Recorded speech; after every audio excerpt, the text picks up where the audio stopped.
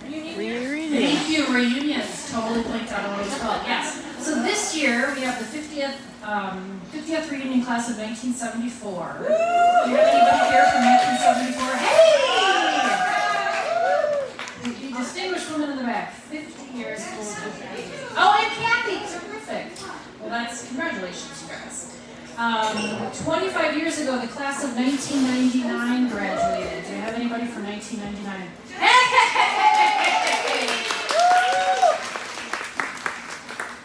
Oh, that's terrific. And then 10 years, nothing to shake a stick at. 10 years is 2014. Do we have anybody from 2014?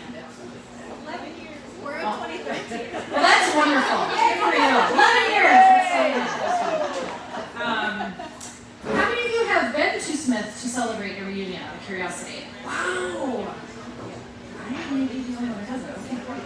Well, congratulations, everybody. We're so happy to have you here. The other victory that we achieved during our annual meeting is we're also fundraising for Praxis scholarships. So thank you to all of you who chipped in a little bit extra to support the Praxis internships that Smith students from Minnesota do each summer. And I believe it's my turn to ask if you have any questions for me before I move on to the next person. Thank you for doing this.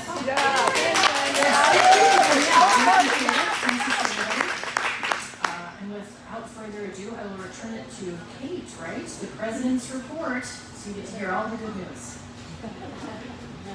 Thank you, Andrea. Yes, I am Kate Lehman. I am the current president of the Smith College Club of Minnesota. And we are one of the most active alumni groups in the world. At least that's my impression anyway. And I'm going to talk a little bit about what the club is about, and then also what we've been doing over the last year. When I finally became active in this club, it was a time when we were actually shifting from focusing primarily on fundraising and doing a couple of major events a year in order to raise funds. We were shifting from that towards really focused more on building the alumni community. And our approach to both activities and to fundraising has changed. And so I'd like to just take a few minutes to talk about them and how you can be involved. So first, when it comes to raising money for the college and Smith students, we really would like to encourage your generosity in a couple of ways. The college benefits from the number of alums who make donations, as well as the amount contributed. In some ways, the number of contributors is more important as a factor when it comes to receiving grants and other support. So I urge you, basically the level of participation really demonstrates how important the school is to its graduates. And so I encourage you to make contributions regardless of the amount, because the head count counts. $5, $50, $500, it really doesn't matter what the amount, any amount is valuable. And when you donate, you can designate it for the Minnesota Scholarship Fund, Minnesota Praxis Internships Fund, and or other things that you're interested in, of course. We encourage people, as Andrea said, we encourage people to donate to the Praxis Internships. And I believe we raised around $700 that will be sent to the college. And we will also furnish the names of people who contributed so that there's a related head count. And the donors are recognized by the college. So it's not just the club that makes it, we'll send the names too. And when it comes to the Minnesota Smith Club, we try to have events that work to be, we organize them as being break even if there's a cost related to them. We do have some operating costs related to things like our website and emailing, and as well as providing care packages to students. And so your dues are used to cover those costs. And Jennifer's going to talk about this in a few minutes when she does the treasurer's report. We will be doing a dues request via email after July 1 for this coming year. And but we also do, as you may have noticed, noticed when you get an invitation to something, you know, we try to do things often as a pay-as-you-wish kind of situation because we don't want to have the cost prohibit people from participating. So we just want people to be able to participate as much as possible. So obviously events and activities have been the main focus of our community building over the last few years. And when it comes to this, that's somewhat opposite of the fundraising approach, because with these, it's not about having large events. This is a big turnout. This one is a big turnout. We have a lot more emphasis on smaller group experiences that are really enjoyable and helpful and supportive and introduce us to each other. And so there's a couple of 3-ring notebooks around. This is one of them. There's another one. I'm not sure where it is at the moment.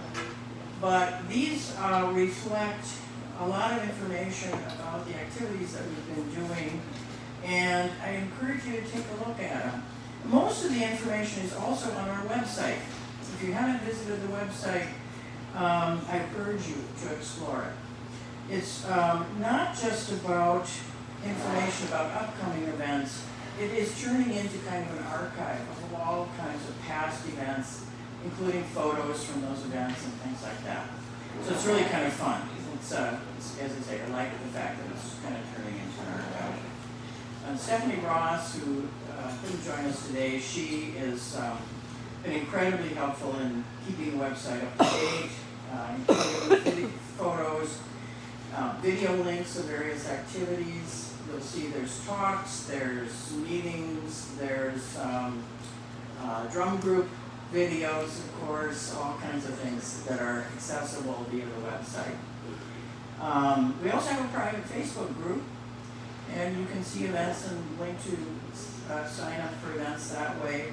And you're welcome to use the Facebook page to connect with other alums for just about any other reason if you want to. I know people have sold things, they've looked for help, all kinds of stuff that goes on using the Facebook page. And it is a private page, so it is only visible to alums who have proven you have to prove you're an alum in order to be accepted as a member of that Facebook page. Now, on to what we've been busy doing.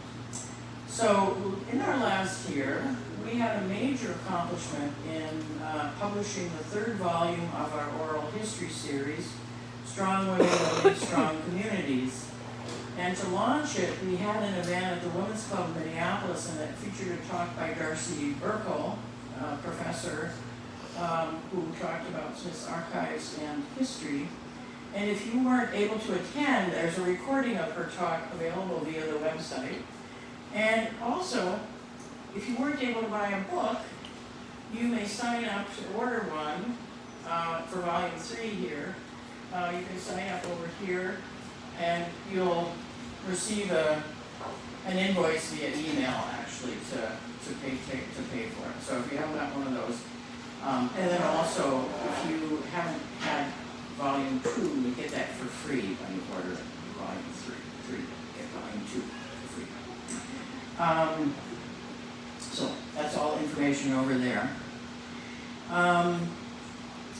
And we've also continued the tradition of awarding a Medal of Distinction to one of our alums. We will be doing that in just a little while. And other one-time events that we've done are, we've started having this annual paddle in St. Croix every summer in August, and it's just a wonderful, relaxing day, really fun. And we'll be scheduled this year's again. We had a tour of the Hazel Belvo exhibition at the Minnesota Museum of American Art, and thank you to alum Ann Pfeiffer for coordinating that. Was a really special experience. Alum Helen Leslie led us on a tour at the MIA based on the book The Sentence by Louise Erdrich, which happened to be a book that the book discussion group had read earlier. And our interest in women's sports kind of emerged, inspired by the Smith Pioneers making it to the NCAA Division III finals. Some of us, yes, they got higher than they've ever gone before. So wait till next year.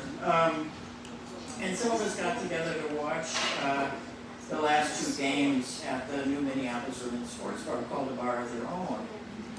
Then we went to a Minnesota Women's Professional Hockey game. Thank you, Maggie Vecchio, for organizing that. That was a blast. They went into overtime and beat their opponents. And then coming up in just 2 weeks is the Minnesota Professional Women's Soccer team, Aurora, is playing Chicago City on June 22nd at 2 p.m. And we have reserved tickets there, 20 tickets in that great location in the stadium. It's an outdoor stadium. And if you want to go, we've already prepaid for these tickets, so I'm really hoping people want to sign up and go. Basically, it's break even. So you can connect, but via the website, you can look for the link or the Facebook page, and I'll also be sending that stuff out again. Ongoing events, which we sort of over the years have developed more and more of. So we have this fantastic book discussion group led by Barbara Kloss, who's a class of 74 English major, of course. We had a couple of discussions where authors joined us online and a few where we met in person. And the variety of books is just, it's really, really wonderful. Coming up in July, we're going to discuss a recently discovered Sylvia Plath short story, which I just finished. It's really interesting. And a collection of last interviews with Julia Child. And we're going to meet at the Urban Growler over in St. Paul, so we're going to have food and beverage as part of that as well. And speaking of food, a lot of you I know have come to a supper, lunch, brunch club, whatever you want to call it. We do these about once a month to explore various restaurants, and it's a really fun way to try new places and also meet alums and be able to talk about just about anything. So we don't have anything on the schedule quite yet, but keep your eye out for the next announcement. And thank you to alums Justina Roberts and Britta Gustafson for coordinating this out. And then this year, a new one, Liz Buckingham and Kirsten Hall-Lawn started the monthly Stitchers Club. And that is where alums get together to work on knitting, crochet, needlework, other textile stuff. And it's attracted an amazing cross-section of alums, generational cross-section, just incredible. And people are really enjoying that experience. And last, but certainly never least, our drum group meets monthly and invites anyone who's interested in joining us to get in touch with any of the group. And you can check out the various videos of the group on the website. They're actually there. So talk to us. And then also Marisa runs it's the Smiling Drum Studio, and she provides lessons and group lessons and various activities. I saw them play at the state fair on a mobile parade platform last year. It was pretty wild. So she has some materials over on that table too if you're interested in following up on any of that. So as you can see, we're a very busy bunch. You will hear more from Sabrina about our work with the AAC's work with students, but I just want to point out that also that in the notebooks, there are copies of profiles of students who had Minnesota Praxis internships this year. Brianna Bell interned at the Alliance for Sustainability in Minneapolis, and Annalisa Portuguesa interned at Blue Sky Designs. And then in the notebook are also statements from the Minnesota Scholarship recipients too, so just several of those. So it's really interesting to kind of see what the current student groups that current students are like and what they're interested in.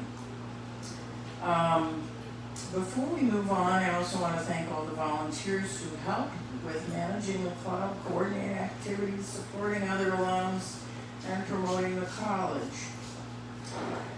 I also want to recognize that we've had to say farewell to some alums who were really instrumental in supporting both the college and the alumni group. And among those Minnesotans who passed away in the past year are Mary Wordle Vaughn from class of 49, Joanne Whitmer von Blon from class of 45, and Helen Reynolds Anderson, class of 44. They were all very long-lived and incredibly accomplished women, to whom we're really grateful. They were very important to our group over the years.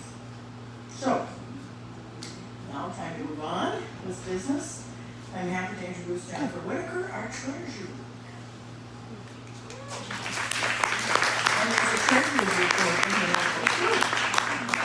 Thank you, Kate. Nice to see everyone today.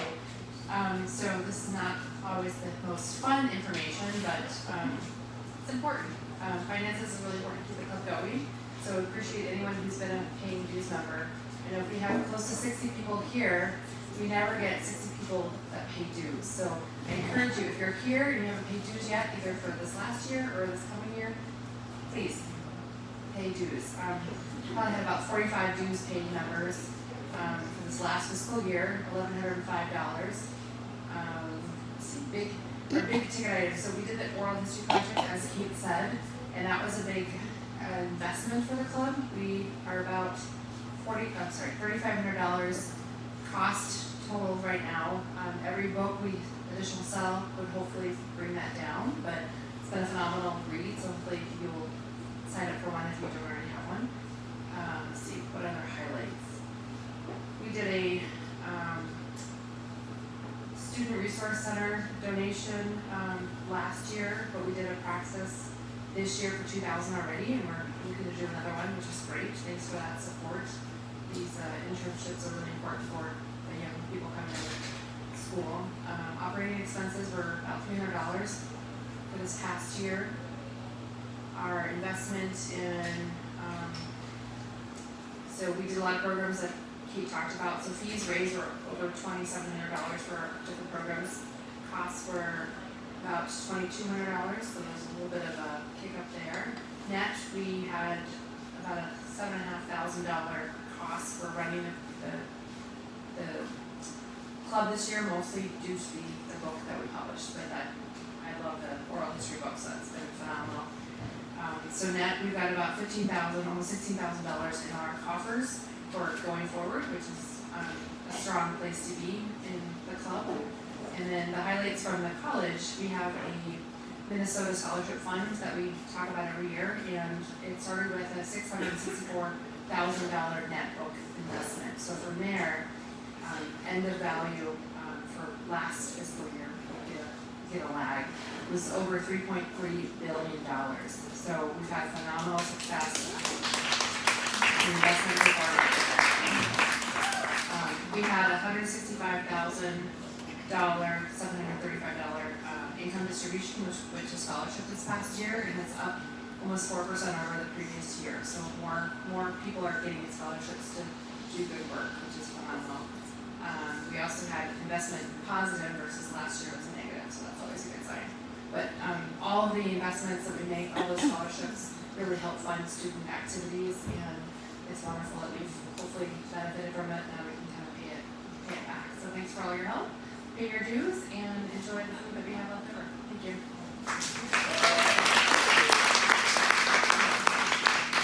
Now it's Sabrina and Dante. Jennifer and I are both Italophiles. Both did our junior year abroad in Florence. I am not a numbers person. I'm a social butterfly. We're a social butterfly too. So great to see so many familiar faces. Each year I feel a little less weird.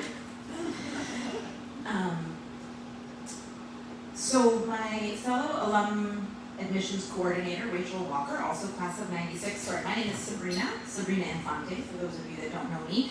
And the alum admissions coordinator are the people who basically reach out on behalf of Smith alums in this club to entice, inform prospective students, although that role has changed a little bit. So Rachel couldn't be here today, and she's sad to miss it, so I'm going to speak for both of us.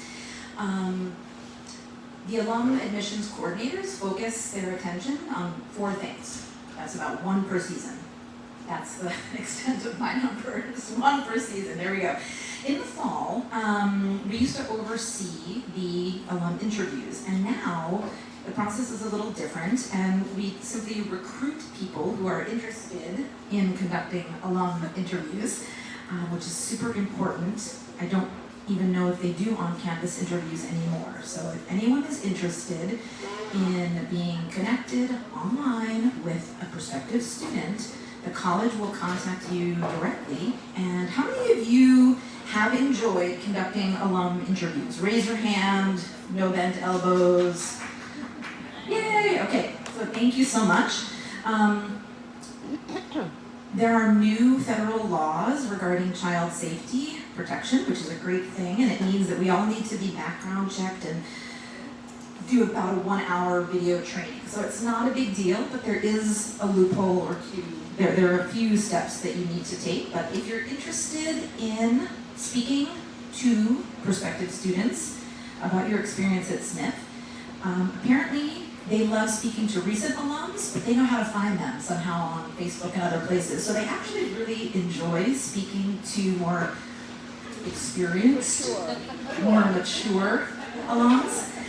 Believe it or not, some people are like, oh, I'm too old to interview. Nonsense. You've got more stories to tell and more bonds with Smith. So if you're interested, we can chat later. Find me.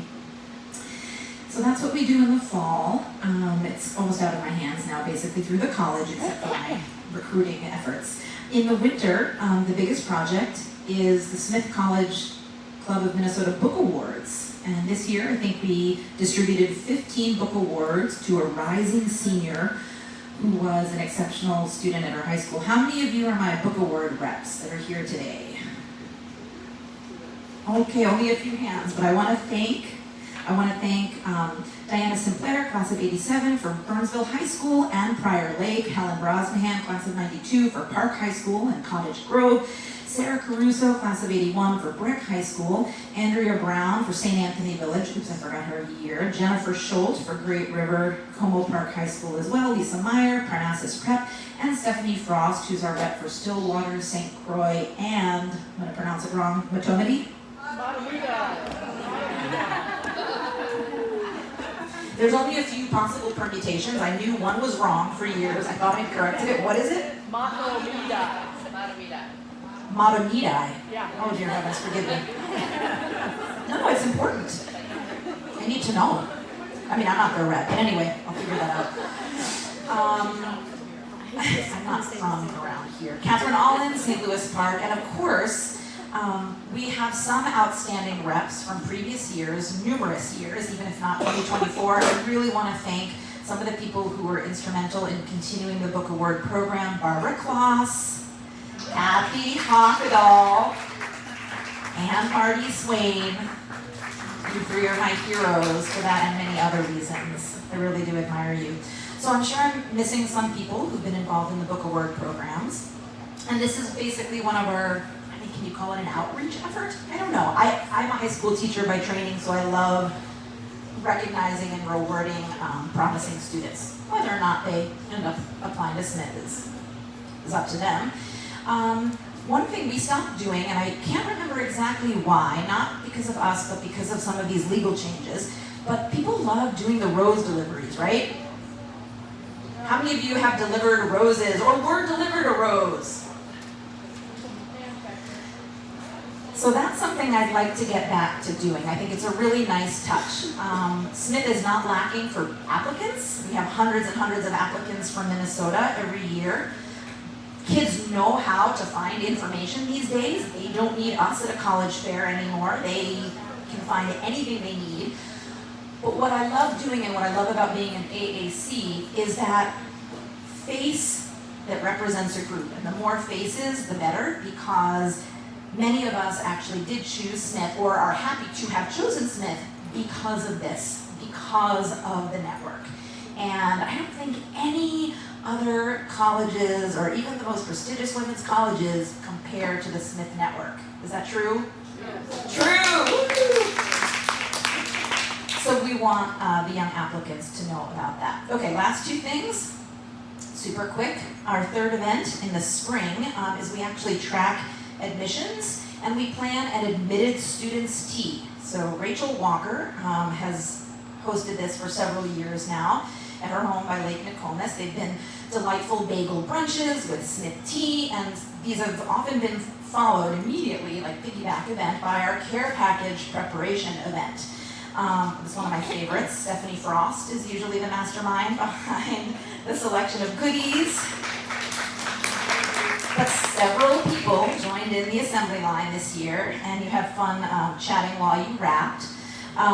So if any of you are interested in being involved in a tea, it's really the only big tea we do because we don't have access to prospective students' information.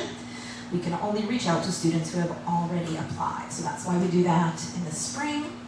And this year, out of those hundreds of applicants, the Smith College admitted 18 young women from Minnesota to the class of 2028.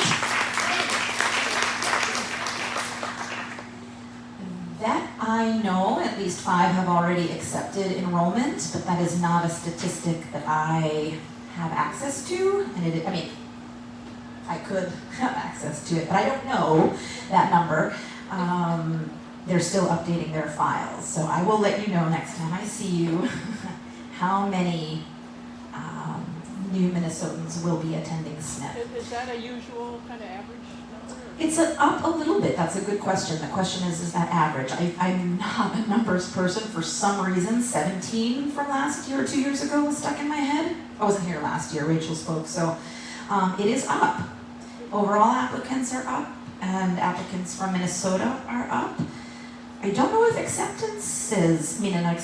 enrollments are up though. So if people are getting admitted and they're not getting accepted, if they're getting accepted and not enrolling, we need to know why. Lastly, the AACs plan a summer send-off for all the students heading back to campus. Family and loved ones are welcome to join. For the past few years, we've had a pizza picnic at Wayland Park by Minnehaha Falls. Always a delightful event, centrally located, tons of parking, plenty of shade in the gazebo, and if I have my act together, sometimes lawn games. So summer is a tricky time, but I hope to pick a date soon and let you all know. So if you'd like to come and meet the current Minnesota students and wish them well, then the event to mark down, and Kate will have it in the newsletter, will be the summer send-off in August. And that's all I've got for you. Thank you. And I'd like to pass the mic to Kathy Hockedahl as the leader of the nominating committee. Kathy is amazing.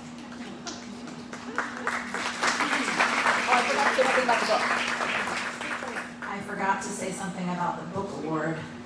So this year, and I believe, did we read it in the book club? I actually think so. It's brand new. So this year, we awarded 15 rising high school seniors with Ruth Simmons, Dr. Ruth Simmons' recent memoir called Up Home, and it is a story about her journey and so much more. And Ruth Simmons is very dear to my heart because her first year of those 4 at Smith, before she went on to Brown, was our departing year. So former Smith president and first African-American woman to lead an Ivy League school. So yay, Ruth Simmons, and maybe we can all read this at a book club.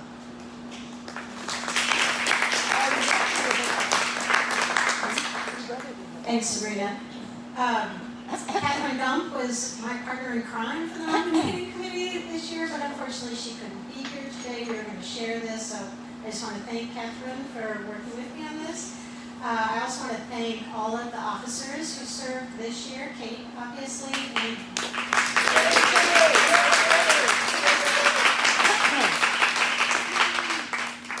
Andrea Smith, Liz Buckingham, and Jennifer Whitaker.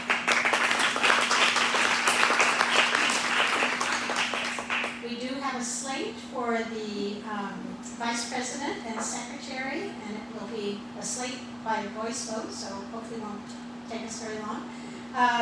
Greta Gustafson has graciously agreed to serve as vice president, and Liz Buckingham has graciously agreed to continue as secretary.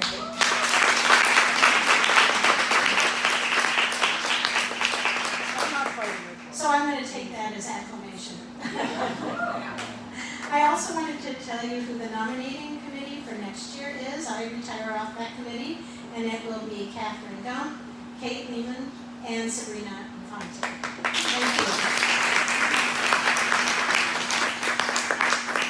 I want to thank everyone who has served this year and will serve next year. And also, in doing this, I'm so grateful that we have a wide range of classes that agreed to be part of these, not only the officers and leaders of committees, but on our committees. It's so important, I think. And having been one of the 2 people in this group who went to our 15th reunion this year, for us enough, it was amazing to get back to Smith. I've been to a number of reunions, but this one was truly amazing to be there with so many women from so many classes, the students, the student body. It's been an interesting year, as you all know, to have conversations with the students about the issues that are of importance to them, to meet President Sarah, the new president, who I was incredibly impressed by, and that's what she likes to be called, President Sarah. And I think the group we have that crosses so many classes and ages is really reflective of that kind of enthusiasm that I saw again at Smith. So, thank you all. And now it's back to Kate. You can stay here for just a second. Because I want to thank you for the time you spent on the nominating committee. Appreciate all those years, and there's a little gift for you. Thank you so much. So much appreciated. It's been my Thank pleasure. you. Other person I want to give a little gift to here is Andrea. Where are you, Andrea? I get the cake. For all you have done for the last 2 terms that you've been the VP, and the vice president is basically serves as the organizer of the annual meeting and then other activities as well. So you've done a few things. If it doesn't fit, let me know. Okay. Thank you.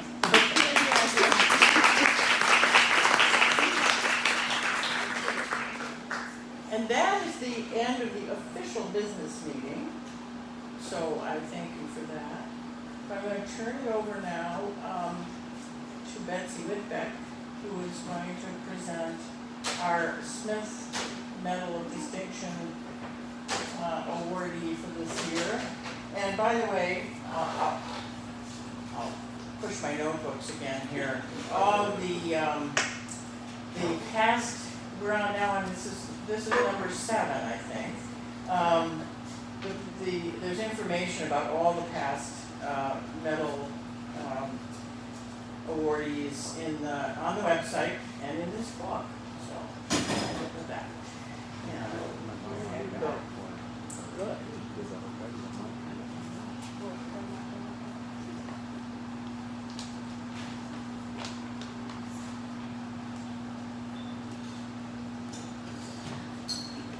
No. No is what you never say to Laurie Kramer when she calls to sweetly invite you to participate in one of her programs. And there have been many projects and programs yielding meaningful results.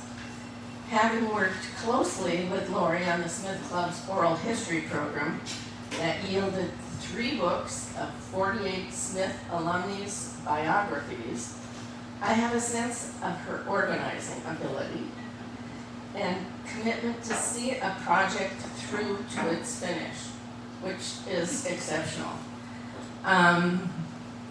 In these regards, Laurie is simply remarkable.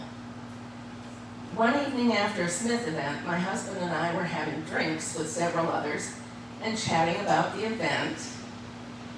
Sally and George Pillsbury were there, as were Laurie's husband, Joel Kramer, and Ellen Van Iwarden's husband, I said that I liked working for Laurie, that she was quite motivational and encouraging. Joel piped up saying, I like working for Laurie too. It's not surprising that Laurie is so effective. She earned her MAT in elementary education from George Washington University in 1971. While teaching students was not her cup of tea, we had a lot of teachers here, but wasn't hers, she did learn the essentials of what's important in conveying and explaining the elements of learning in any setting. One of these settings was serving as Cultural Arts Director of the St. Paul, Minnesota Jewish Community Center. Outstanding in her leadership efforts, she was awarded a Bush Leadership Fellowship in 1990.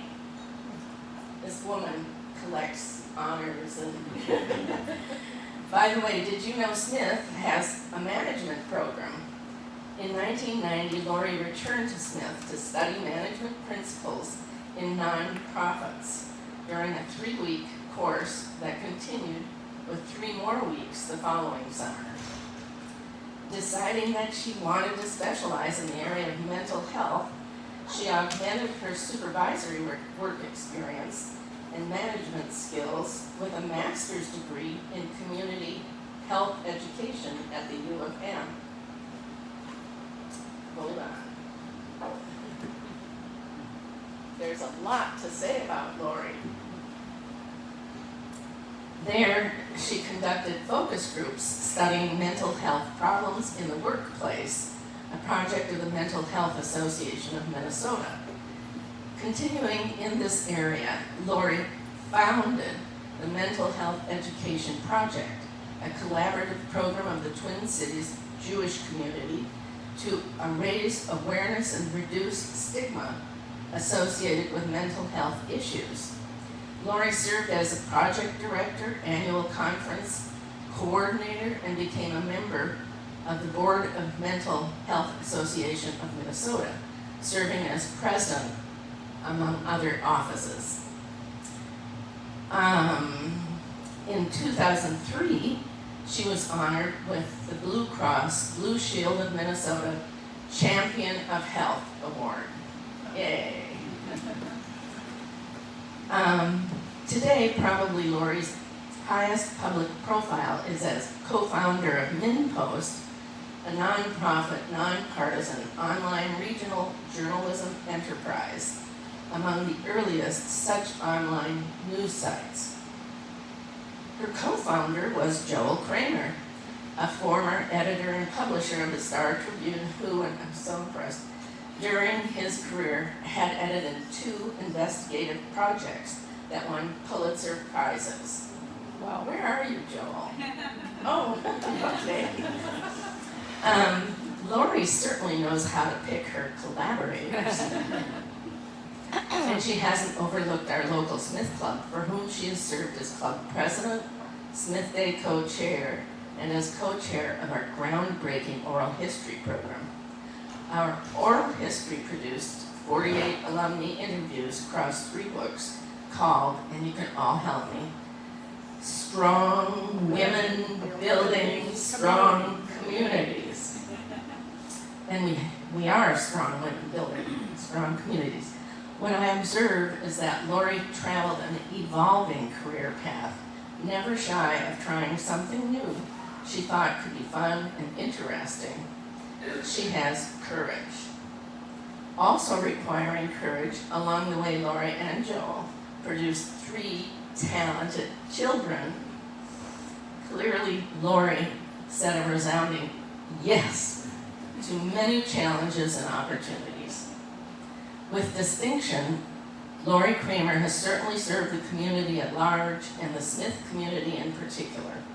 It is an honor and a great pleasure to introduce Laurie, receiving acknowledgement for these accomplishments as the recipient of our 2024 Smith College Club of Minnesota Medal of Distinction.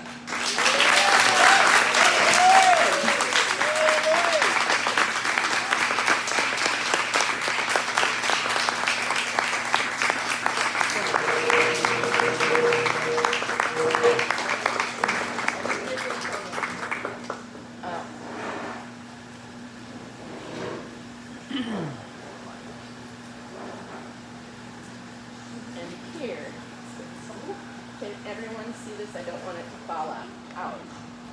Is the Smith College Club of Minnesota Medal of Distinction.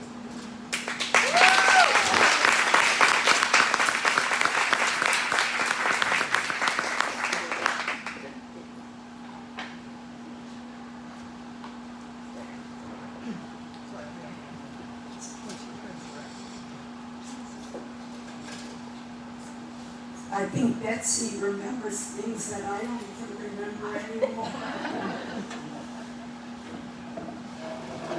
But I appreciate the kind words. I thank family and friends for coming.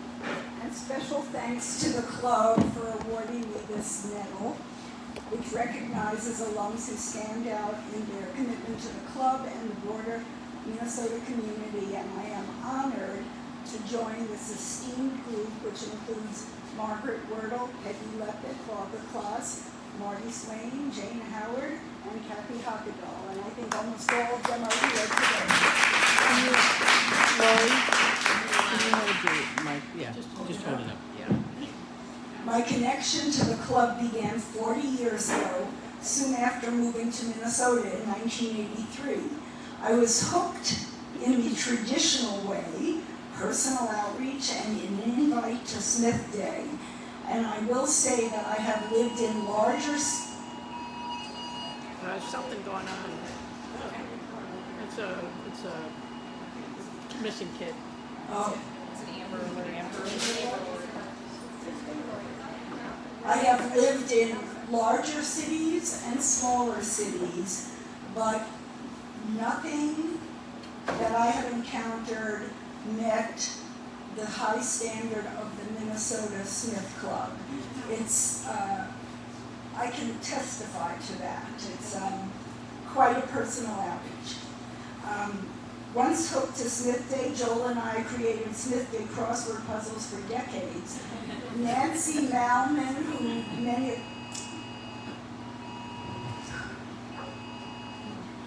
Nancy Malman, may she rest in peace, was among our most dedicated puzzle doers. And if she didn't get 100%, there was a long discussion of whether her answers were as good as ours. I was Smith Day co-chair, as Betsy mentioned, and in mid-2007, I started a 2-year term as club president. I was interested in finding a project that would bring together the Minnesota-born women who'd attended Smith in the old days with the younger women who'd moved here for family or careers. Betsy Whitbeck, the innocent, suggested what seemed to me to be the perfect project, the oral history project. Later, she told me that 2 previous club presidents had turned her down. But I thought it was a great idea, and off we went. Betsy, Marty Swain, Holly Dowds, and I were the leadership team for the first volume. Barbara Kloss, as new club president, joined us for volume 2 and others for volume 3. The rest is history, oral history. Working on all 3 volumes of Strong Women Building Strong Communities, I've observed Smith alums, like everyone else, experience both the highs and lows of life. We celebrate the highs, the contributions to the community, which take many forms, but the lows are there too. Alcoholism, substance abuse, mental illness, personal and family, unexpected tragedy, including untimely deaths of spouses and children. I've also observed the importance of Smith not only the 4 years on campus, but the afterlife, the network, the lifelong friendships. This has come through in virtually every interview done for the Oral History Project. I'm also aware that work on the first 3 volumes has been led by alums, most of whom have already enjoyed their 50th reunions. Most of us are willing to continue lending our skills, interviewing, writing, and editing, but we are eagerly seeking younger leadership for Book 4. I was an English major at Smith. Some think the liberal arts prepare you for nothing career-wise, but I have found the opposite. My liberal arts education gave me confidence and skills to step up to the plate as community needs emerged. And the bachelor's degree from Smith was recognized wherever I went. Fairly or not, it seemed to mark me as a woman who received a first-class education and had the background and personal skills to deliver whatever I promised. This often went unsaid, as whoever I was talking to heard the name Smith and muttered appreciatively, my wife, my mother, my sister, my daughter. Kate asked me to focus on choices I've made in my career, and I'll try to do so in a way that might be helpful to others faced with choices along the way. My first two careers in consumer protection organizations and Jewish community centers were traditional. I heard about job openings, applied, did the jobs to the best of my ability. I was what was called, Jane Howard, a trailing spouse in those pre-feminist days. Joel got job offers, and it was just a given that I would find something interesting and worthwhile to do in whatever city became our next home. No one raised an eyebrow at the idea of a whole family relocating to further the husband's career. Certainly I didn't question it. I had a well-developed sense of adventure, liked to experience new places, and the three little boys we brought to Minnesota were adaptable and seemed to do well in new neighborhoods and new schools. We literally didn't know a soul except whoever was offering Joel a job, but it was never a problem. And those three boys are here, if you don't mind just waving.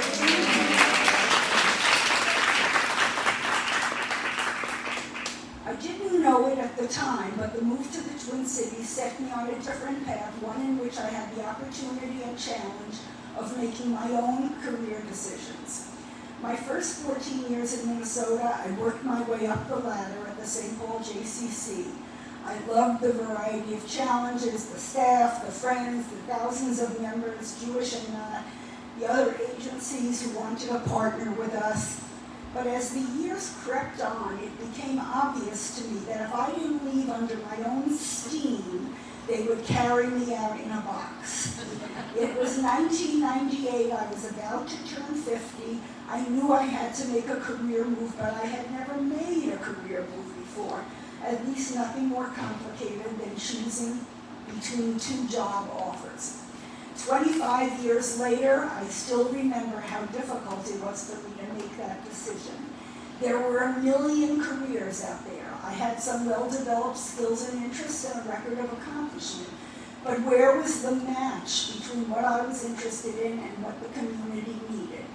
Finally, somehow, walking endlessly with Joel around Lake of the Isles, I reached the decision that my next career would be in the field of mental health education. Growing up with a mother who was diagnosed as bipolar, I knew I had something to contribute, and I knew I could obtain a professional credential in a reasonable amount of time. A small digression.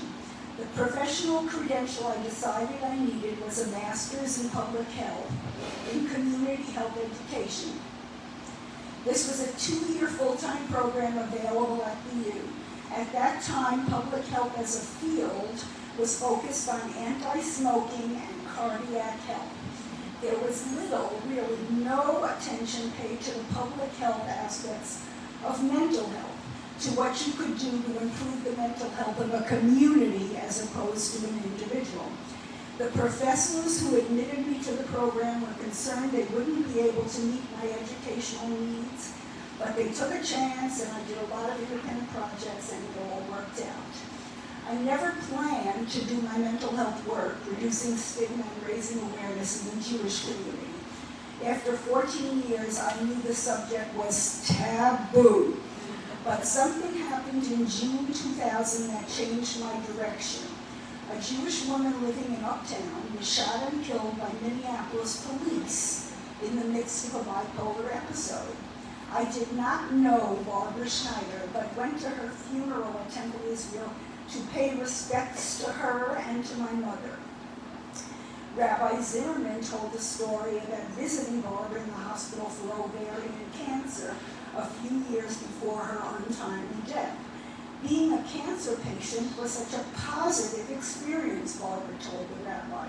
She got cards, she got food, she got visits. It was just the opposite of being hospitalized for mental health, where she was basically ignored. I gasped internally. I knew exactly what Barbara meant. That summer, as I pulled weeds in my garden, I couldn't get Barbara's story out of my mind. Eventually, I went to Jewish community leaders in St. Paul and Minneapolis with the idea for a mental health education project. With their endorsement and support, I raised the money, signed up every organization in the Jewish community, and launched an independent effort sponsored by the Jewish community, but free and open to everyone. In the early years, I had time to do a major fall conference, some mini conferences, training programs for frontline workers, youth directors, teachers, etc. I paid myself a modest salary from the grant funding to ensure my efforts got the respect not always shown to volunteers. After 6 years, the project moved from independent effort to a program of the 2 Jewish family service agencies. I cut back my efforts in 2007 to just the major fall conference. But I ran the conference for 18 years and it continued to attract 500 plus people of all faiths and backgrounds from all over and beyond the metro. I was pleased when I announced my retirement. They immediately moved to search for my replacement. The conference is still thriving now in its 24th year, and I am a volunteer on the conference planning team.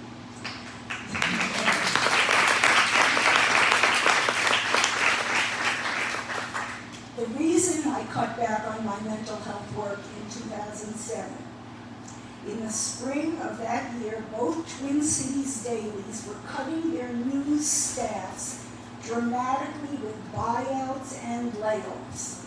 Joel had been the last publisher of the Independent Star Tribune before the Coles family sold the paper to California-based McClatchy in 1998. By 2007, 9 years later, the Star Tribune had been sold by McClatchy to a private equity company and was nearing bankruptcy. Joel was approached by people in the community who wanted him to put together a group to buy the paper. His response, he could not look people in the eye and tell them they would make a profit on their investment in the Star Trib. The business model was failing all around the country. But the idea of creating something that would keep regional journalism strong had captured both of us. Personally, we were in a strong financial position thanks to the sale of the Star Tribune. We were both lifelong news junkies. We'd met in high school as editor and managing editor of the Martin Van Buren High School Beeline.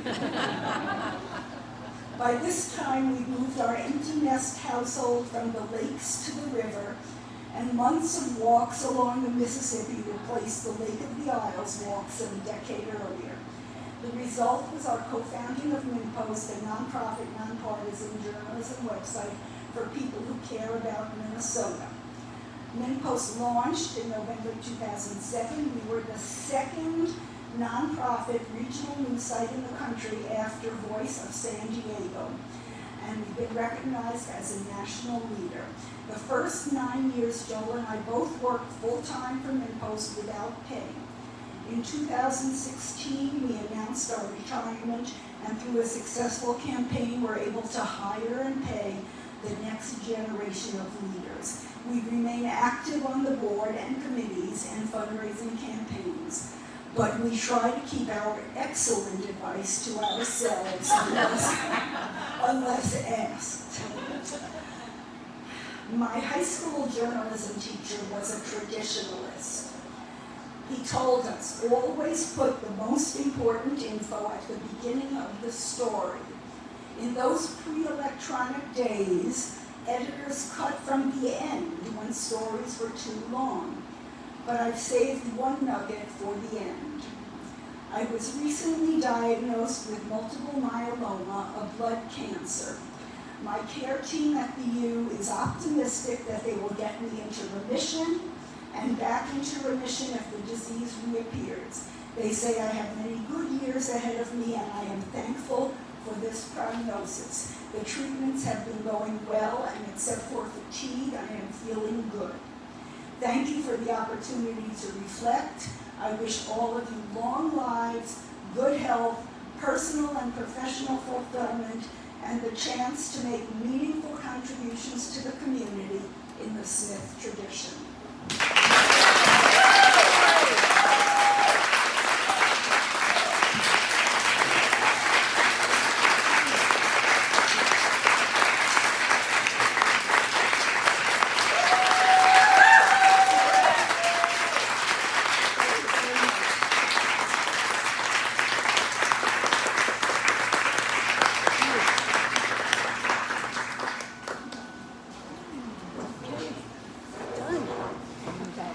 Thank you, everybody. Please feel free to catch up on some more food, whatever. We don't want to have any leftovers. Cake. We have cake.